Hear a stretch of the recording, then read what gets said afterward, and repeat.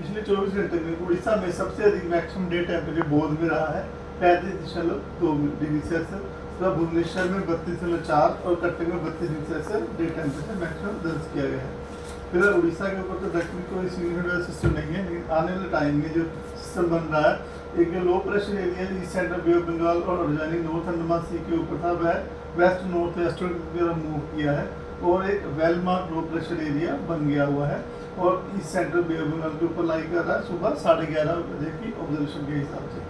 यह जो सिस्टम है वेस्ट नॉर्थ वेस्ट डायरेक्शन में मूव करेगा और 22 तारीख की मॉर्निंग को एक डिप्रेशन के रूप में इंटेंसिफाई होने की संभावना रख रहा है। उसके बाद 23 तारीख को एक साइक्लोनिक स्टॉर्म बनेगा east central bay of Bengal के ऊपर। उसके बाद यह system thereafter move north westward की तरफ मूव करेगा और north west bay of Bengal off Orissa west Bengal coast के पास 24 अक्टूबर की मॉर्निंग को पहुंचेगा।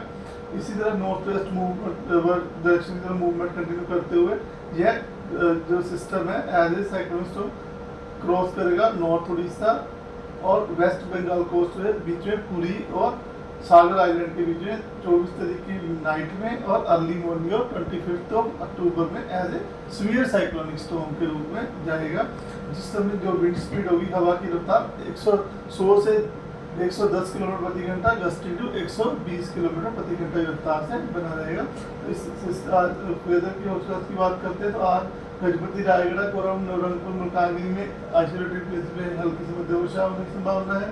उसके बाद डे 2 22 तारीख को कोरम मलकानगिरी में आइसोलेटेड प्लेस में है लाइट टू मॉडरेट रेनफॉल होने की संभावना है। 23 तारीख को जो है हमारा बालासोर भद्रक जाजपुर कटक केंद्रपाड़ा जगतसिंहपुर नॉर्थ ईस्ट उड़ीसा है, यहाँ पर फेरी वर्षा डिस्ट्रीब्यूशन रहने की संभावना है। उसके बाद जो हमारा साउथ कोस्ट उड़ीसा और नॉर्थ ईस्ट उड़ीसा में स्कैटर्ड रेनफॉल डिस्ट्रीब्यूशन की संभावना है और साउथ ईस्ट उड़ीसा में आइसोलेटेड रेनफॉल डिस्ट्रीब्यूशन रहने की संभावना है 23 तारीख को।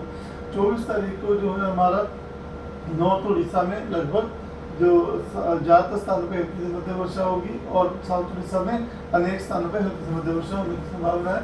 25 तारीख को पूरे उड़ीसा में ज़्यादातर स्थानों में हल्की से मध्यम वर्षा होने की संभावना है। डे 3 में 23 तारीख को Balasore Bhadrak Jajpur Kendrapara Jagatsinghpur in the district में आइसोलेटेड हैवी रेनफॉल होने की संभावना है और थंडरस्टॉर्म लाइटनिंग की वजह से आइसोलेटेड येलो अलर्ट दिया गया है।